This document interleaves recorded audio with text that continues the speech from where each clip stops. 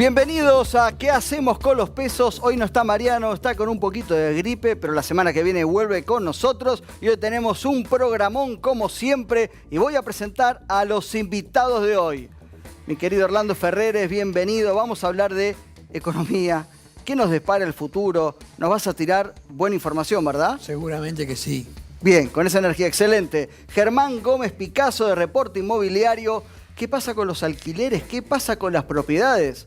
Es tu tema de hoy. Dale, Gonzalo, buenísimo.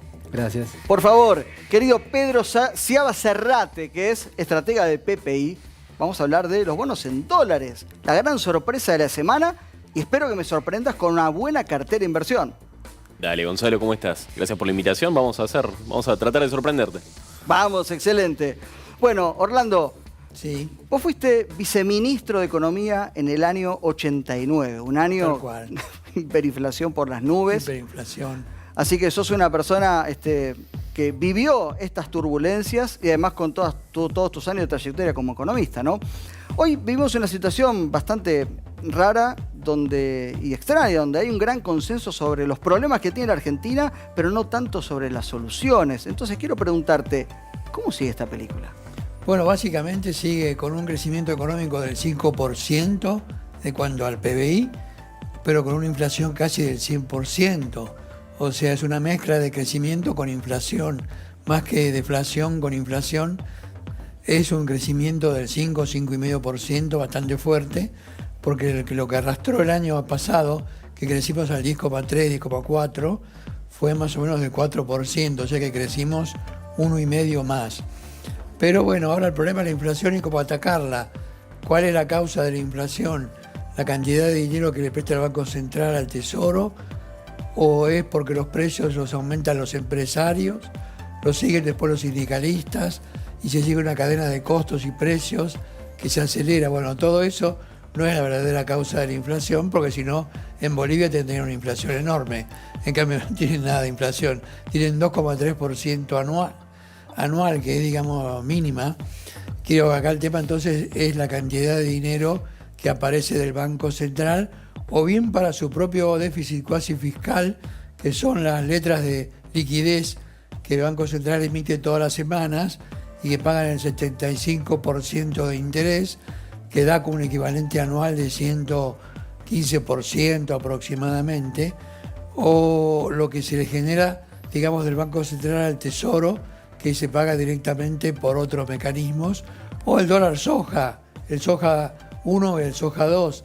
Ahora estamos con un nivel de 230 pesos por dólar para pagar a todos los de la soja, pero se esperan unos 3.000 millones de dólares con todo este mecanismo que va a durar durante el mes de diciembre nada más. Así que bueno, esperamos que la inflación primero baje un poco, pero después otra vez vuelva a recuperar, que tenga una inflación parecida a la de este año. Vos que estuviste ahí en el Ministerio de Economía y conocés los botones que hay que tocar. Sí, ¿Qué otra cosa puede hacer Massa y Rubinstein para sacarnos de esta situación tan delicada en la que estamos? Bueno, ellos toman medidas de corto plazo. Por este ejemplo, el plan soja dura un mes, después se termina. Ahora volvió el segundo plan soja 2 y van tomando medidas así de corto plazo, que son las que le rinden a Massa bastante bien y, digamos, en general, yo creo que él se basa en ir llegando a las elecciones, pero pretende con eso lograr un cierto equilibrio político y, por ejemplo, podría ser el candidato a presidente, según dicen. Todo eso no creo que vaya a ocurrir, pero bueno, por lo menos es una de las alternativas que se está jugando, ¿no? Hablamos de corto plazo, vos que estuviste ahí, ¿cuáles son las próximas medidas que vos te imaginás que podría tomar siguiendo esta teoría del corto plazo para llegar a las elecciones? Bueno, por ejemplo, colocar un bono en dólares que daría unos 1.000 millones de dólares o más, eventualmente, si tuviera éxito. Esa sería una de las próximas medidas que podría surgir. No sé, porque acá voy a hablar de los bonos, así que yo lo dejo al que sabe más de los bonos. Pero, digamos, esa podría ser una de las medidas que pueda surgir en el corto plazo. Me parece que es interesante y es un tema que yo creo que puede dar un cierto resultado, porque lo que falta son dólares, lo que sobran son pesos. Entonces, conseguir más dólares es una de las alternativas. Y después de todo lo que devuelve el Fondo Monetario por depósitos que hacemos nosotros, que vuelve otra vez al Banco Central. Esa sería la segunda medida. Yo creo que no va a ser una segunda medida, sino que ya se tomó el plan Soja 2 para tratar de llegar con los dólares necesarios para cumplir con el Fondo Monetario Internacional. Así que estaríamos más o menos cerca. ¿Sos optimista por lo que viene? No, yo muy optimista no soy, pero tampoco pienso que va a ser un desastre. Me parece que va a ser una cosa como hasta ahora, que se ha ido tirando estos 3 meses bastante bien. Vos decís que nos quedamos un poquitito tranquilos. Para vos no se viene un desastre. No, para mí no se viene una hiperinflación, un desastre, salvo que ocurriera algo con el tipo de cambio, que aparentemente no va a ocurrir. Porque ya estas devaluaciones específicas, como el caso de la soja o de una zona o de un sector del país para las pequeñas y medianas empresas, de la vendimia, qué sé yo, ya están mostrando una cierta devaluación según el rubro en el cual me meta. O sea, para mí va a venir así y va a seguir así hasta las elecciones. Entonces vos que viviste el 89 sentado ahí en el Ministerio Caliente, Sí. decís que eso no lo ves. No, eso no lo veo. Para empezar, en aquel momento había hiperinflación. ¿Qué significa hiperinflación? Una inflación mensual mayor al 50%, equivalente mensual. O sea, ahora no tenemos eso. Estamos en un 5, 6, 7%, pero no más que eso. O sea, hay como 10 veces más para poder ser inflación, hiperinflación. Entonces ahora lo que tenemos es una inflación un poco alta que el gobierno trata de nominalmente controlarla. Me parece que es una situación un poco mejor. Yo la viví muy difícil en el 89, que tuve que bancarme la muerte del ministro, que ocurrió a los pocos días de haber asumido, y tuve que bancarme la hiperinflación yo mismo, hasta que se nombró otro ministro, y tuve que hacer frente a esa hiperinflación que fue del 300% mensual en el mes de julio del 89. No anual ni ninguna otra cosa, sino en un solo mes. O sea que realmente no dormía de noche ni de día porque tenía miedo de todas las medidas que podía tomar y las consecuencias que podían tener. Realmente impresionante, pero digamos, hemos salido bien de aquella oportunidad. ¿Qué le dirías a Massa de hoy de exministro a ministro? Bueno, yo creo que él tiene que basarse en un plan económico integral, porque lo que viene ahora es un año con elecciones donde se va a requerir que gaste más dinero, no menos, como más o menos se insinúa. Entonces, bueno, tendría que ser un poco más de inflación. Nosotros calculamos... Más inflación, dijiste. Más inflación. Para el año 2024 calculamos 120% de inflación anual, porque hay que ajustar un montón de precios relativos, el salario, el tipo de cambio, otros bienes como la electricidad, el gas, y todo eso va a llevar a una inflación mayor en el primer año, al principio sobre todo del gobierno, pero después bajaría rápidamente. Bien, entonces si el año que viene tenemos 120 de inflación, vos firmás. Sí, bueno, el año que viene no, el año 2024. Ah, ¿y el año que viene cuánto? No, el año que viene más o menos 100 de nuevo, otra vez la misma, porque en el presupuesto figura 60 y Massa dijo que va a empezar con 3 el número de inflación del mes de abril o algo así. Yo creo que no va a ser tan optimista, pero tampoco me parece que vayan a pasar mucho de 100. Bueno, vamos a ver. Te llamamos Esperemos después que en sí. marzo y De acuerdo. vemos. Ahí vemos. Ahí vemos, ahí volvemos. Bueno, vamos a hablar ahora un poco de esta gran situación que vio esta semana con los bonos en dólares que estaban en el piso y pasaron de 20 a 30. Pedro, contanos qué pasó y si ves una oportunidad para invertir. Fue un mes muy bueno para la deuda en dólares, noviembre, y la verdad que diciembre arranca de la misma manera. Parece que uno puede mencionar, si querés, un poco la demanda por cobertura, todos estos pesos que mencionaba Orlando, mucho corporativo, capaz viendo la fragilidad de la deuda en pesos, que dicho sea de paso, este lunes fue un desastre. Noviembre cierra con un financiamiento neto negativo, la primera vez desde abril, ¿no? Que eso tiene sus propias consecuencias. Hubo mucho corporativo saliendo de deuda en pesos, entrando a globales en dólares, que son legislación Nueva York. En caso si la situación se desbarranca, tienen mejor cobertura legal. Eso participó también el esquema dólar-soja, la posibilidad de que, bueno, si mantienen más o menos el ritmo diario de esta semana, pueden llegar a acumular quizás 2.500, un número entre 2.000, 2.500 millones, quizás un poquitito más, siendo optimista. De esa manera fortalece la posibilidad de la probabilidad de pago del 2023, pero yo creo que mirando la cuestión local no explicás lo que sucedió, ¿no? Y acá hay que ver, me parece, un poco el abanico internacional, lo que ha pasado también desde que se publicó la inflación en Estados Unidos de octubre, mejor de lo esperado. Esa fue una sorpresa muy positiva, porque en definitiva, si persiste esta baja de inflación, la Fed no le va a quedar otra que decir que sí con la cabeza y empezar a aflojar un poco el apretón monetario, por lo menos en dosis más bajas, como ya viene prometiendo Powell. Este miércoles se refirió a eso, que probablemente en diciembre empiecen a hacer subas de tasa más débiles, más bajas, y en ese sentido fue una fiesta emergente. Los bonos de Brasil subieron entre 4 y 5%, bonos turcos a 10 años también arriba del 8%, y en ese sentido, los bonos que más habían caído, los más débiles, los más frágiles, que son bonos argentinos, obviamente responden y rebotan de manera más significativa. Hablamos de subas desde el 25% en noviembre, y si agarramos desde los mínimos de mitad de abril hasta hoy, estamos hablando de subas del 35% en dólares. Bien, ahora vamos un ratito con las recomendaciones. Atención que llegó Matías Tortorella, presidente de Gestión Argentina. Vamos a hablar del campo, de la sequía y también del dólar soja. Y te pregunto, Orlando, Sí. ¿estás para invertir en bonos en dólares?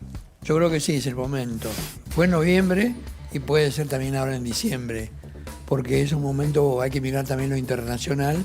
Me parece que la tasa de interés no va a seguir aumentando al mismo ritmo que venía ahora, me refiero a la tasa de la Fed, del Banco Central de Estados Unidos, y por lo tanto va a dar lugar a un aumento de los bonos en dólares, que ya aumentaron, como dijo Pedro recién, según de que mes comience, 20 o 30%. O sea, todavía da para un aumento mayor. Excelente. Germán, vamos a hablar un poco de real estate y sobre todo de esta cosa que se está dando con los alquileres que están por las nubes. Dios quiera si vos podés conseguir un departamento para alquilar. Y por otro lado también, ¿qué pasa con los precios de los departamentos para comprar? Sí, Gonzalo, lo que preocupa hoy más que el aumento en los alquileres, obviamente, es una preocupación, pero los aumentos de los alquileres están en el orden de la inflación. Pero lo que preocupa es la poca oferta que está habiendo de alquileres. O sea, cada vez tenemos menor cantidad de oferta. Tened en cuenta que, por ejemplo, en Ciudad de Buenos Aires se calculan unos 400.000 hogares bajo alquiler, o sea, 400.000 casas alquiladas, y vos tenés hoy publicadas en los principales portales menos de 17.000 departamentos nada más. Esto está llevando a que en pocos meses uno podría estimar que no va a haber directamente oferta de alquileres en el mercado. Y eso, por supuesto, va a empujar los precios, imagino. Sí, los precios vienen subiendo a lo loco, y también si hoy uno busca los precios que se muestran en las estadísticas promedio, la realidad es que esos son precios de inmuebles que están publicados en los portales, que son los inmuebles al rezago, se podría decir, porque hoy cuando hay un producto para alquilar más o menos bueno, ni siquiera sale a las inmobiliarias, no sale al mercado, se termina alquilando directamente a familiares y amigos. Y los valores son muchísimo más altos que las medias de las estadísticas. ¿Hay alguna incidencia con la cantidad de departamentos que se alquilan extranjeros por Airbnb? Mirá, se está alquilando muchísimo a gente que viene a estudiar a Buenos Aires. O sea, eso es extra zona turística, por ejemplo, porque se busca sobre todo zonas de universidades. Y están pagando, por ejemplo, brasileros que vienen a estudiar están pagando contratos de 3 meses y están pagando cualquier cosa. Eso también está sacando mucha oferta al mercado. O sea, el alquiler temporario y también el alquiler informal, porque está pasando eso, está habiendo mucho alquiler informal, hay gente que no quiere entrar con el sistema actual, la ley de alquileres que está vigente actual, entonces alquila, entre comillas, o le presta a familiares y amigos. ¿Y qué pasa con los precios de las propiedades? Propiedades, mirá, cumplimos justo la semana pasada 4 años de bajas en los precios. O sea, 4 años en los que los precios vienen bajando en dólares y bajaron en el orden, en el tramo de los 4 años en total, un 40% en dólares más o menos, dependiendo del producto y la ubicación, ¿no? Obviamente. Es una baja importante, 4 años, 40%. Esto empezó a generar cierta demanda, empezó a haber gente que empezó a comprar, sobre todo en el Gran Buenos Aires y en el interior del país, no tanto todavía en Capital Federal. Capital Federal está como medio rezagado, le cuesta subir de las 3.000, 3.500 escrituras por mes. Es un mercado que está un poco más comprometido, pero yo creo que también es porque ha habido últimamente un gran cambio de mentalidad inmobiliaria. La gente está pensando distinto con respecto a dónde quiere vivir, cómo quiere vivir, en qué lugar, de qué forma. Bien, muchas gracias. Orlando, ¿invertimos en propiedades? ¿Te compras un departamento hoy vos? Y depende de lo que tengas ahorrado, puede ser muy bien, porque para los ambientes de 2 ambientes o de un ambiente grande, yo creo que hay una demanda importante. Me parece que eso no va a seguir cayendo tanto el precio, porque la tierra también tiene que haber bajado un poco y lo que cuesta mucho es conseguir el terreno, eso sí, pero digamos, si uno no tuviera una cantidad ahorrada, yo creo que es difícil entrar en el terreno inmobiliario, pero es una de las alternativas que hay hoy.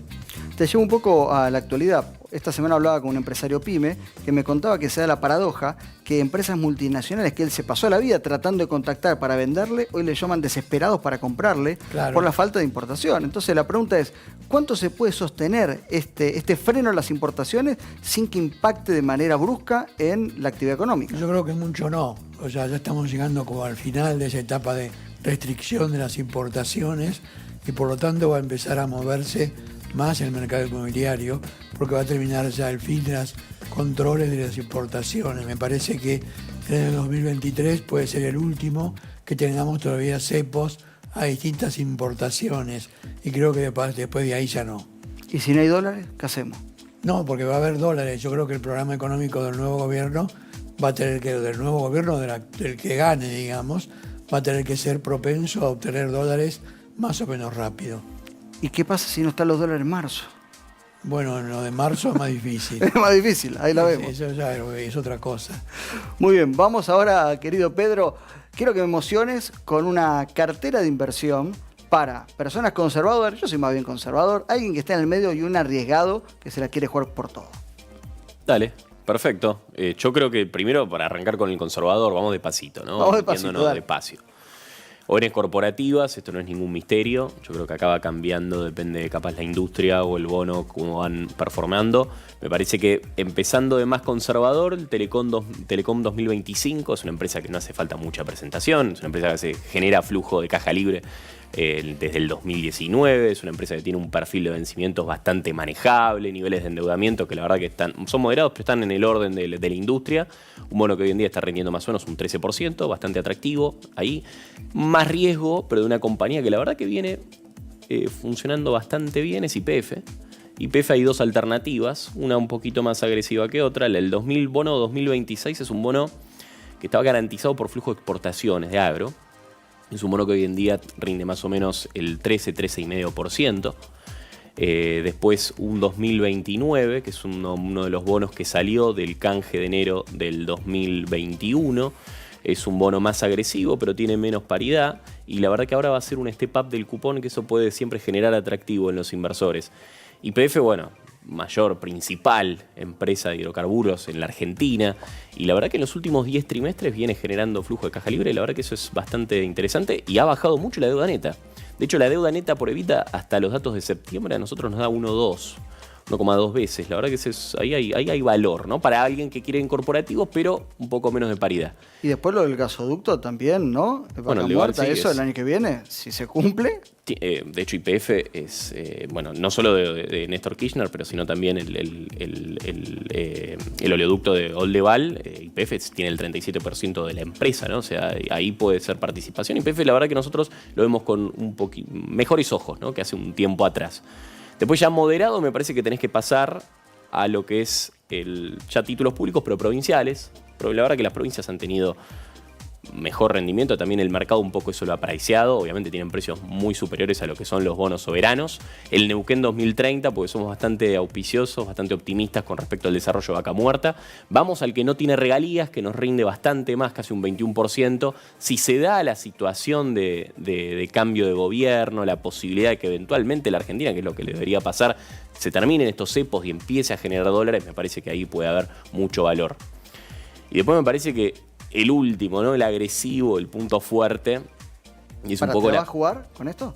Me la puedo jugar. Opa, fuerte, ¿eh? Bueno, recién Orlando, persona que sabe, decía que quizás también puede haber más valor en los bonos soberanos. Yo creo que también puede pasar más mirando una óptica un mediano largo plazo, pensando en un cambio de gobierno, pensando que eventualmente la Argentina puede generar dólares para adelante, que uno, más allá de esta suba que puede, obviamente da un poco de vértigo, meterse en un instrumento que subió un 30% en casi un mes y medio, 2 meses, pero visto con una óptica de largo plazo, me parece que todavía uno sigue comprando un bono que vale, por ejemplo, en el Global 35, que es el que más nos gusta, un bono que está comprándolo a 25 centavos, ¿no? Por dólar. Y eso la verdad que todavía incluso uno tiene un backup o un, entre comillas, seguro, que son escenarios de reestructuración muy agresivos. Uno comprando estos niveles, un global 2035, uno está asumiendo, incluso con una reestructuración, por lo menos que queda indiferente si a uno al bono le hacen una quita de capital del 53% y le extienden el vencimiento 5 años.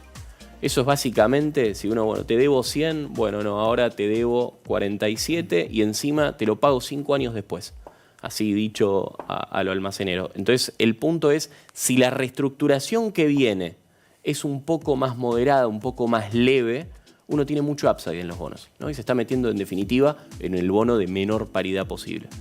Y después, quizás la situación de pesos, obviamente, ¿no? Pensando que eventualmente se sale del cepo, ¿qué pasa con todos estos pesos creados artificialmente durante el cepo? Nosotros lo calculábamos más o menos en 7,5 puntos, 8 puntos del PBI, que eventualmente van a ir a buscar otros horizontes y a las empresas les permiten girar dividendos, poder comprar contado con liquidación, MEP, etcétera, ¿no? Lo que sería el dólar libre. Y en esa situación, obviamente, eso está generando muchísimas dudas en la deuda en pesos.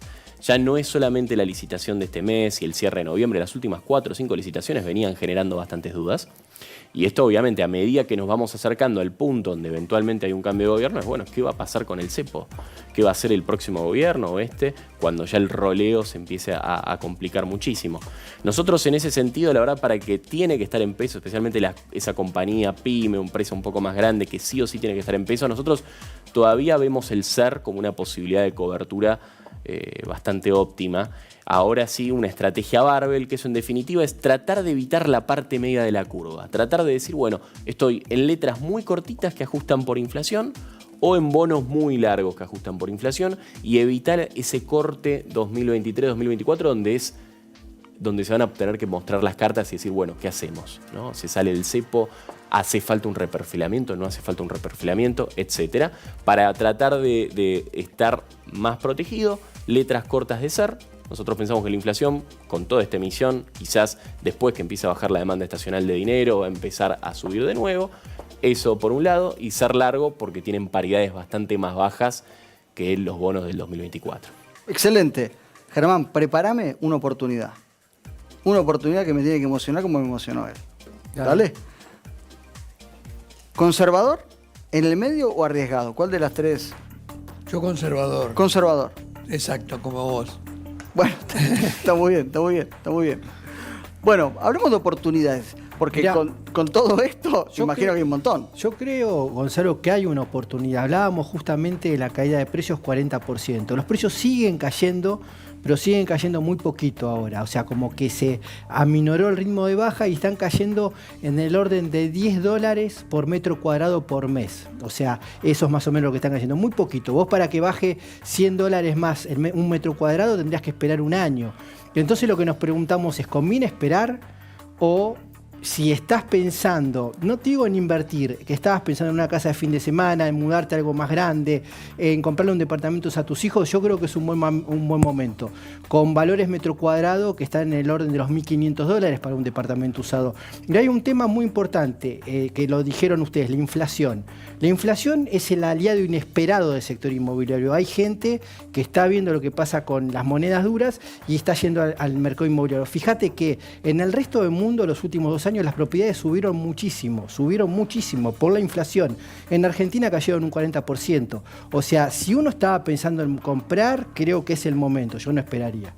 ¿Hay alguna situación como que te diga argentinos que tienen dólares para comprar acá en Argentina ahora que está tan barato?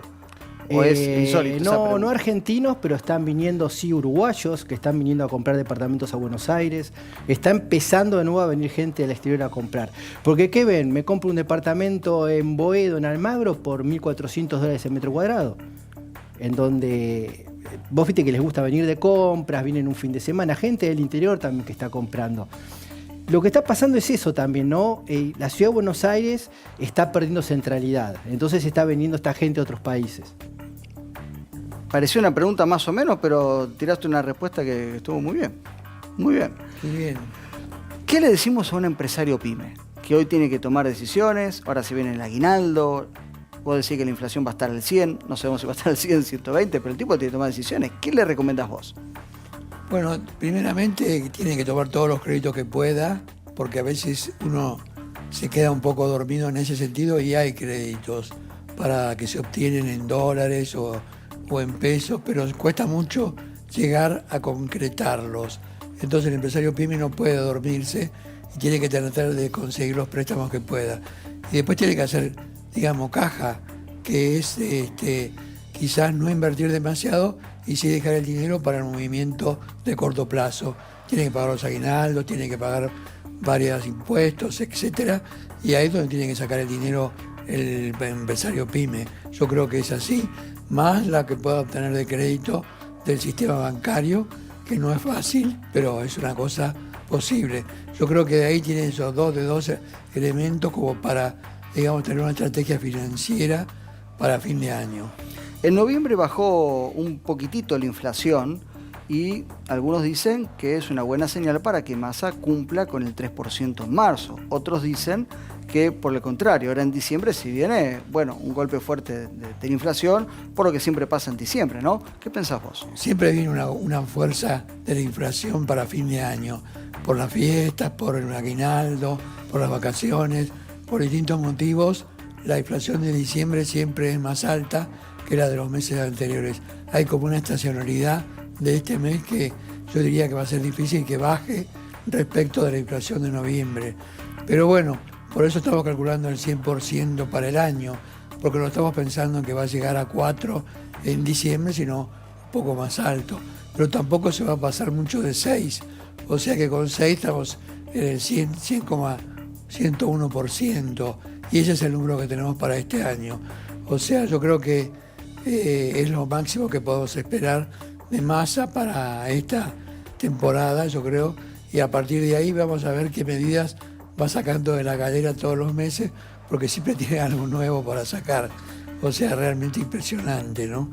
Y siempre lo hace con mucha sonrisa, con lo cual no genera una reacción inversa, sino que más o menos mantiene su imagen. Veo que te cae simpático Massa. No me cae simpático, porque yo no lo quería mucho, pero digamos, veo que... ¿No lo querías mucho, dijiste? No lo quería mucho. Me parecía que podía ser un digamos, negociador muy grande, como lo es realmente, pero con medidas que fueron adaptándose a la realidad, como dijimos del dólar soja y otros, que han mostrado cierta capacidad para entender la coyuntura económica y adaptarse a la misma. Me parece que eso está bien. ¿Te sorprende entonces, para bien? Sí, para bien. Bien, hay una duda que tengo con respecto al tema, uno de los temas centrales de la Argentina, que es el déficit. ¿Por qué los estados, o cuando uno es gobierno, vos estuviste en el sillón, no pueden bajar al menos un 1%? Ya sé la cuestión política, dejémoslo a un costado.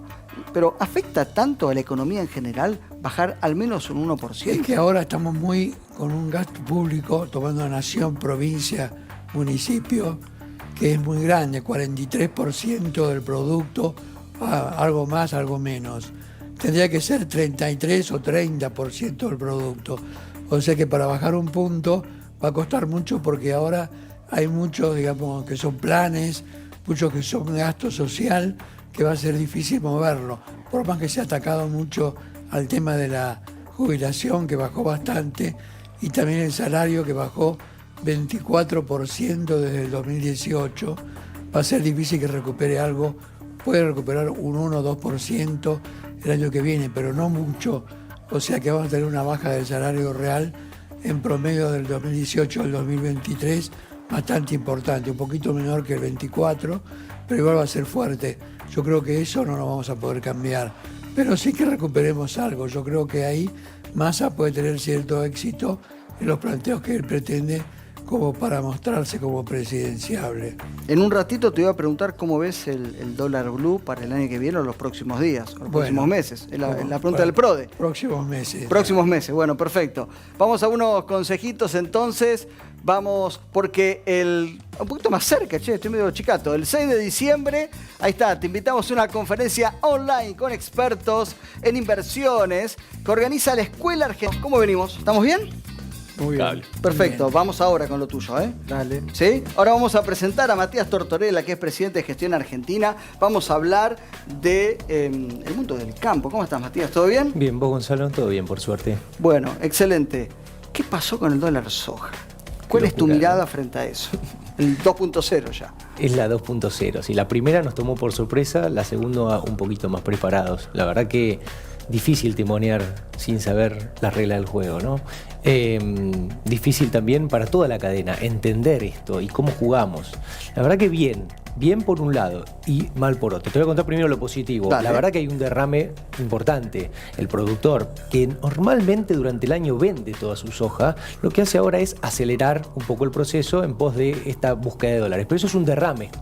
Es un derrame para toda la comunidad y para todos los sectores, sobre todo en los pueblos del interior. Eso se vio en septiembre, se ve ahora, bien, claramente salís a vender la soja y salís a comprar insumos y demás. Por otro lado, trae un despelote, un lío bárbaro, imagínate, ¿viste? Porque claramente hay contratos a pagar en kilos de soja y hay gente que ya vendió la soja en septiembre. Entonces, ¿qué hacemos ahora? ¿No? Hay problemas, trae problemas los cambios de regla de juego en el momento. Bueno, eso sumado y entramos en la sequía y en el problema climático que no tiene nada que ver con el problema político ni económico ni el mundo, sino que no llueve. Podemos atarlo un poco al cambio climático, pero la verdad es que son coyunturas que pasan. Estamos entrando a la cosecha de trigo, diciembre, el año pasado habíamos cosechado casi 24 millones de toneladas, hoy estamos pensando en 11, 12, estamos entrando en lotes proyectados del 60% del rendimiento y hay campos, sobre todo en el norte, donde no están cosechando. Eso nos va a traer un problema. Va a haber claramente menos trigo, ese trigo va a valer más y eso va a traer, y no tiene nada que ver con las políticas económicas, un pan más caro. Entonces, claramente va a haber seguramente medidas con el trigo. Nos preguntamos cuáles serán, cómo vendrán. Hay un gran interrogante en eso. ¿Vos te imaginás el año que viene otro dólar soja 3.0? No, yo creo que lo que sí se notó es que cuando vos le sacás la presión la presión impositiva al sector agropecuario, el sector agropecuario tracciona. Entonces, esto es una linda enseñanza para el próximo gobierno. Claramente, un campo con menos presión impositiva es un campo que tracciona el doble, que derrama, que produce, que vende. O sea que lo que yo me imagino es reglas claras, y reglas claras que nos digan qué partido tenemos que jugar y cómo lo tenemos que jugar. Bueno, me parece que estás pidiendo demasiado, pero es necesario. Pero es necesario. Nosotros los empresarios en la Argentina siempre tenemos esto, ¿no? Sabemos que no sabemos por dónde viene la piña. En este caso no fue una piña, bien está claro. Pero bueno, es un cambio de regla de juego y hay que adaptarse y hay que rearmar contratos, hay que ver cómo se arma para el futuro el negocio. Es complicado. Lo más importante, como decimos siempre en el sector agropecuario, es que el clima acompañe. Bien, porque cuando el clima acompaña, vos todo el resto lo vas solucionando. El tema es cómo se desata esta niña y si de vuelta puede cambiar a un año neutro o positivo, porque eso va a ayudar a todos los argentinos. Y parece una tontería, ¿no? Pero es muy importante el clima en el sector. Pedro, ¿cómo impactó el dólar soja en el mercado? Vos de primera instancia me parece que el mercado, coincido, lo leyó rapidísimo con respecto al dólar soja 1.0, vamos a decir.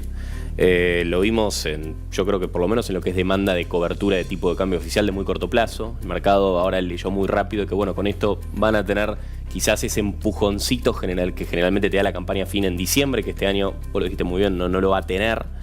Y me parece que en ese sentido da un poco más de aire a pasar este periodo hasta la cosecha gruesa, que generalmente, corregime, pero más o menos marzo-abril, y quizás con el retraso en la siembra por la falta de agua, tenemos probablemente ese periodo se te extienda. Sí, con lo cual me parece, estos 2.000, 2.500 millones de dólares extras que van a entrar, me parece que juega a bajar un poco la demanda de cobertura de dólar link de corto plazo, no la de largo, porque eventualmente el cepo lo vamos a tener que sacar, decía Orlando, y es así. Entonces, no los dólar link largos, mucho no se van a mover, y sí, la entrada de dólares me parece que lo que generó es poner una pausa en la presión que había en los dólares financieros, que venían subiendo bastante fuerte en la segunda mitad de noviembre. Hay una pausa. ¿Cuánto tiempo va a durar? Y relativamente poco, pero algo va a durar. Eventualmente lo que va a pasar es que va a haber más pesos en la economía, entonces el efecto de mediano plazo, que más pesos son más o menos 0.8 del PBI con estos dólares que estamos estimando, y esos pesos de mediano plazo van a hacer que eventualmente nosotros lo que hacemos mucho es medir CCL, el contado con liquidación, con respecto a la liquidez del sistema, el M3 privado. Hoy en día El equilibrio monetario, que obviamente no es la bola de cristal, nos da alrededor de 373 pesos, siguiendo solamente la liquidez, el agregado monetario. Para un contado con liquidación que está en 325 pesos, es un spread que de vuelta se volvió a armar de 15%.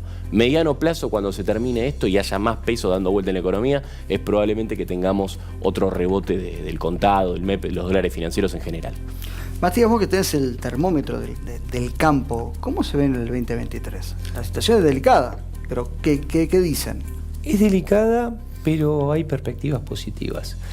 A ver, el viento de cola sigue en los precios. Los commodities siguen con viento de cola, un poco porque la guerra no termina nunca, un poco por los problemas coyunturales, pero la verdad es que los precios son buenos. Entonces esto alienta a la siembra, alienta al trabajo. Y por otro lado, porque la Argentina no tiene mucha otra salida que la producción agropecuaria. El productor agropecuario en sí todos los años tiene que sembrar, bien, con vientos de cola, y si el clima acompaña, vos la producción argentina la tenés, y somos tecnológicamente uno de los mejores países del mundo. Entonces la tecnología cada vez le pone pisos más altos a la producción.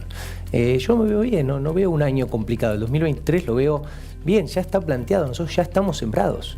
El maíz de primera, quizás, que es el maíz que se siembra en septiembre, pasó a segunda. Eso es un punto importante, porque en abril Argentina es el segundo productor mundial de maíz, saquemos Ucrania, ¿bien? Entonces, ¿qué pasa? El maíz de primera de septiembre, nosotros somos los únicos que producimos maíz en abril, que salimos a cosechar fuerte en abril, no lo vamos a tener. Eso es un punto importante para analizar. Vamos a entrar directo con la soja, y el maíz lo vamos a tener más tarde, pues está sembrado posterior por la sequía. Entonces, y ya está planteado este año. Este año todo lo que siembra está planteado, o sea, ya estamos jugados. Nosotros en el campo estamos pensando ya lo que es 2023-24, o sea, la siembra post elecciones. Ese es el... Bueno, lo que digo, no hay mucha opción. El campo siembra, no tiene opción. Es el único... No se puede cerrar la puerta, no se puede no sembrar, porque es peor que sembrar. Por lo tanto, vos ves que el productor agropecuario en general, en todo el país, puede optar un poquito por las vacas, que quizás podemos tocar el tema o no, pero claramente sembrás. Entonces vos los 54, 60 millones de toneladas de soja los vas a tener, 10 más, 10 menos. Y eso es algo que es así. Yo lo veo bien, no lo veo mal. Claramente dependeremos del gobierno, como siempre, pero estamos ya acostumbrados. Vos fíjate cómo estamos jugando, dólar 1, dólar 2, septiembre, octubre, y la verdad que la vamos jugando, ya estamos en el juego hace mucho tiempo y lo sabemos jugar. Mencionaste las vacas, ¿qué pasa con la carne? No, estamos muy atrasados. A mí me preocupa el precio de la ganadería en general. Claramente es bueno, hay carne en la mesa de los argentinos, pero a nivel internacional China tiene una gran retracción en el precio, y eso se vio. Argentina está exportando bien. Bien, lo que pasa es que el precio internacional bajó y el precio argentino se mantiene bajo. Estamos muy atrasados con respecto a la inflación, muy atrasados. A mí me preocupa más el sector ganadero que el sector agrícola, donde tenemos mucha sequía en el norte. La sequía del norte de Santa Fe, por ejemplo, es extrema. Ahí necesitas que llueva para que haya pasto. No le podés dar maíz en dólares a la vaca, tenés que darle pasto. La Argentina produce pasto. Ahí es donde tenemos que ver y poner el foco, en la ganadería y en la producción de carne. ¿Cuántos dólares menos estimás va a generar el campo en 2023? A ver, 2023, todavía eso está por verse. ¿Por qué? Porque toda la siembra de maíz pasó a tarde, pero no quiere decir que bajemos las toneladas que vos cosechás. Y la soja lo mismo, se está sembrando en este momento. Claramente va a haber un poco menos de soja, sí, pero todavía no podríamos hablar de que estamos con un problema coyuntural de producción de dólares para 2023. Falta, el partido falta. Hay sequía, sí, está complicado, sí, pero todavía no me animo a decirte, me van a faltar dólares. Genial. Gracias, Matías. Gracias a vos. Orlando, prepárate, en el bloque que viene una pregunta bomba para vos. Bueno. Dale, Germán, quedó pendiente eso. Dale, por favor. Bueno, ya venimos. Segundo bloque que hacemos con los pesos en unos minutos. Muchas gracias, My Sushi, el mejor sushi de todo el universo. Podés pedirlo en 543-8357. Y ahora vamos a hablar con Germán, que nos va a contar qué pasa con los locales comerciales. Pero antes vamos a preguntarle a Orlando la pregunta que nos quedó pendiente. ¿Cómo ves el dólar blue de acá a unos días? A unos días. Bueno, en principio el dólar va a subir con la inflación. Eso es inevitable. Y ya viene subiendo porque la brecha a veces llega a 130, a veces está en 90, hasta 70. pero no va a llegar nunca a cero. O sea, va a pegar un salto en cualquier momento de nuevo, como explicó antes Pedro, que todavía tenemos un margen ahí importante de 15%, y eso va a afectar al dólar blue, obviamente. O sea que la expectativa es que pegue un aumento en cualquier momento, sobre todo suele ser para fin de año. O sea que dentro de poco tendríamos un aumento importante. Pero la brecha te la imaginás igual el año que viene. La brecha me la imagino igual. Igual. Con fluctuaciones, pero igual, en promedio. ¿Te imaginás un dólar soja 3.0, 4.0, 5.0 el año que viene? ¿Una cosa así? Yo creo que sí, porque la soja se eligió justamente como producto que no tiene impacto en el nivel de precios minoristas, porque la soja se exporta todo prácticamente, o sea que es un producto que no tiene, como si fuera el precio de la carne, impacto en las carnicerías o del trigo en las panaderías. En fin, yo creo que por eso se eligió la soja, porque es lo que es más neutral respecto a la inflación, y por eso que hay soja 1, 2, 3, 4, lo que quieras. ¿Y la emisión para poder pagar esos dólares va a afectar? Bueno, obviamente que hay una emisión, porque la diferencia de precio es como una devaluación. Aunque sea por un mes, hay una devaluación importante, y el Banco Central está pagando 230 pesos cuando vende a 167, 170, o sea que la diferencia es inflacionaria, pero no se nota demasiado todavía en los precios. ¿Inflación sí o inflación no para el año que viene? Perdón, ¿devaluación sí? ¿Así brusca? ¿Sí No, o no? devaluación no, simplemente ajuste de tipo de cambio por sectores o por producto. Bien, gracias. Germán, ¿qué pasa con los locales comerciales? Hay una especie de boom en los barrios, ¿no? Claro, los locales comerciales, la verdad que el sector comercial fue bastante perjudicado acá y en el mundo la última década a partir del comercio electrónico. Pero es verdad que la localía, ganaron en la localidad, lo que son locales en zonas, localidades del Gran Buenos Aires o del interior, con esto que hablábamos hace un rato de los cambios de comportamiento inmobiliario, o sea, gente que a lo mejor hace más home working, no va tanto al centro. El perjudicado es el típico local que estaba en macrocentro sobre Avenida Corrientes, por ejemplo. Obviamente, ese local en términos reales hoy se está alquilando a un valor bastante más alto del que se podía alquilar hace 10 o 20 años. Me decía un empresario que tiene una cadena de muchas cafeterías, me decía, local lleno, mete enchufes para las notebooks. Claro, bueno, porque todo el cambio de comportamiento que generó sobre todo la pandemia, ¿no? También. ¿Y qué pasa con los precios de la construcción, la inflación? Hoy el negocio construir no es negocio. Bueno, es todo un tema, costo de construcción, ellos hablaron de devaluación sí, devaluación no. La verdad que en 2020 los costos de construcción en pandemia bajaron a mínimos históricos. ¿Qué pasó?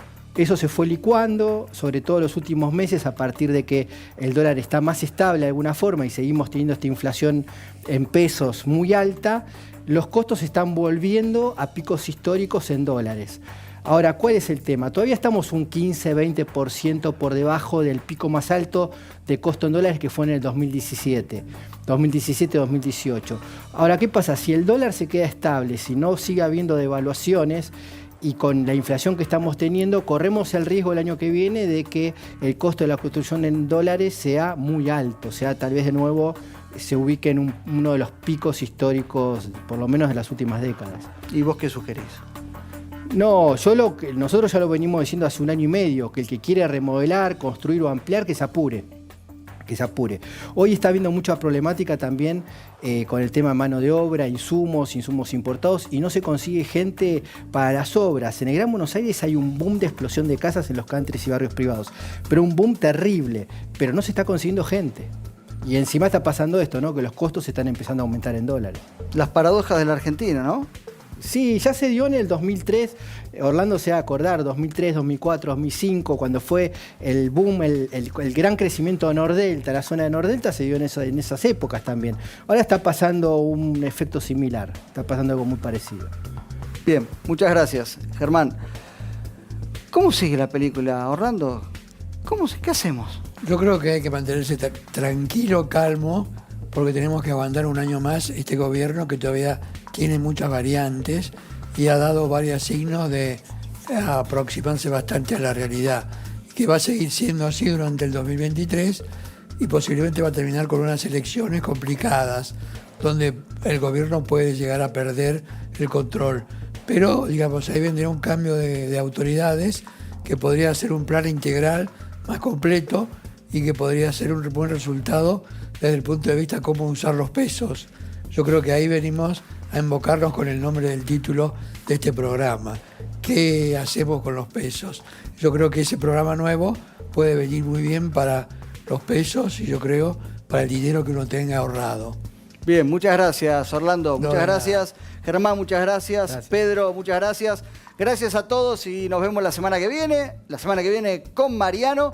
Les mando un gran abrazo a todos. Muchas gracias y que tengan un sábado espectacular. Gran abrazo.